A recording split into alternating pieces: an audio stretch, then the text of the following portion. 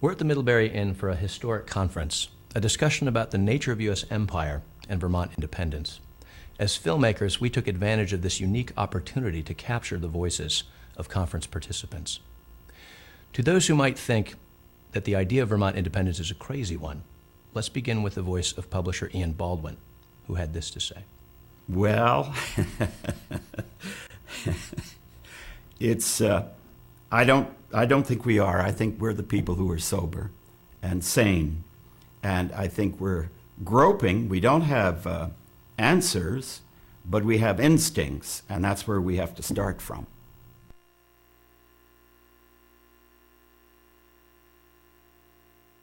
Well, we're here because I think most of us would like to be in bed with the covers pulled up over our heads. And that doesn't seem like the right thing to do. People are feeling strangely disempowered by the process of politics at the national level. And there is a real thirst for a change in the way the country is going, and a sense that we're going to have to get very creative and we're going to have to reinvent ourselves. Really using the word empire as a euphemism for the United States. We're suggesting that the United States has indeed become a global empire, the most powerful empire of all times. Empire is the extension of your sovereignty, which you have already attained, to exploit the rest of the world.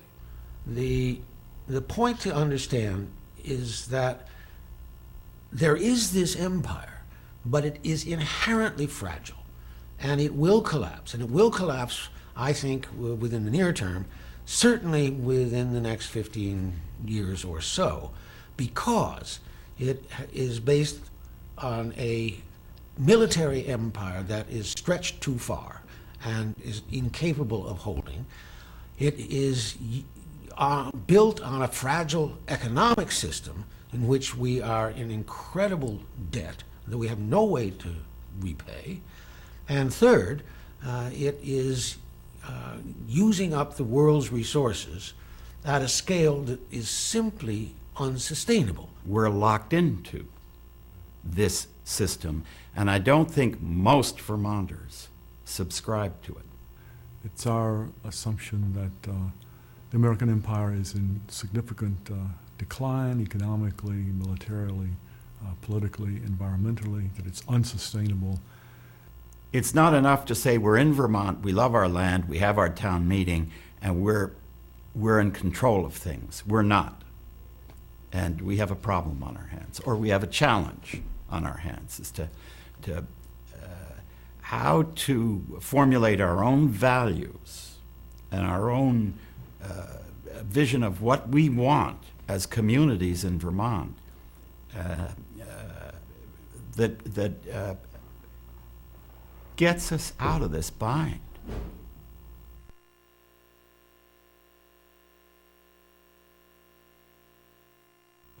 I think Vermont independence is the process of asking the question and enjoying asking the question. Vermont is tiny. It's the second smallest state in the United States.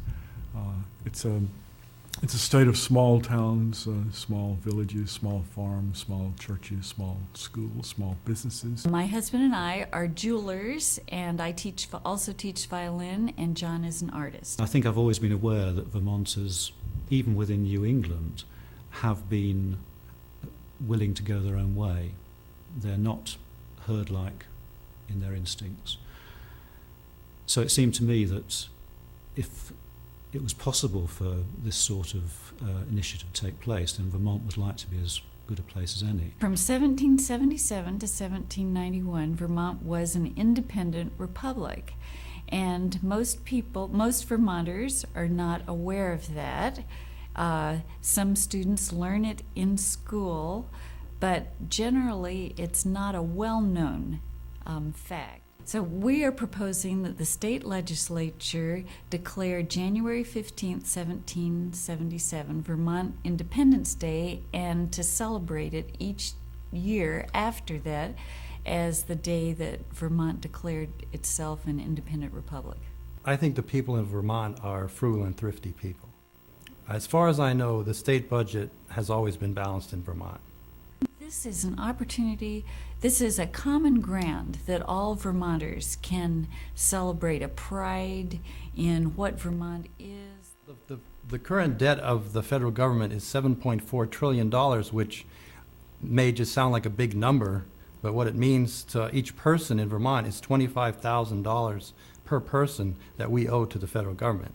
Vermont has a history of town meeting as a way of expressing ideas that can actually become official, whether they're passed as laws or whether they're just passed as recommendations. It goes on the record. And if we can go across the state at this is a mock town meeting tonight. It's a very theatrical event. But we are trying to inspire cities and towns all over Vermont to put this as an actual vote to town meeting. And you can phrase it however you want. You know, we tend not to use the word secession because it's a negative term. We like the word independence because it's an evolution toward independence rather than just a quick rejection. I think it would be in our financial interest to separate from the federal government and rather than continue to participate in this endlessly growing debt that we're going to have to pay back someday. And I began to think, there's nothing I can do about this endless military spending, 15 times what the next group of nations spend, that we're really not at war. We may have a struggle on our hands, but we're not in a formal war, except in Iraq and except in Afghanistan. But it's not a global war. Nothing can justify these titanic military expenditures. I don't know. Start there. Start there, and then say, is this the government I want? So I began to think about seceding as an individual. But I came back and I realized your mother's here, your children are here, your wife is here, your business is here.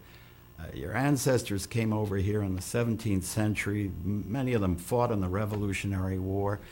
And I'm connected to this place.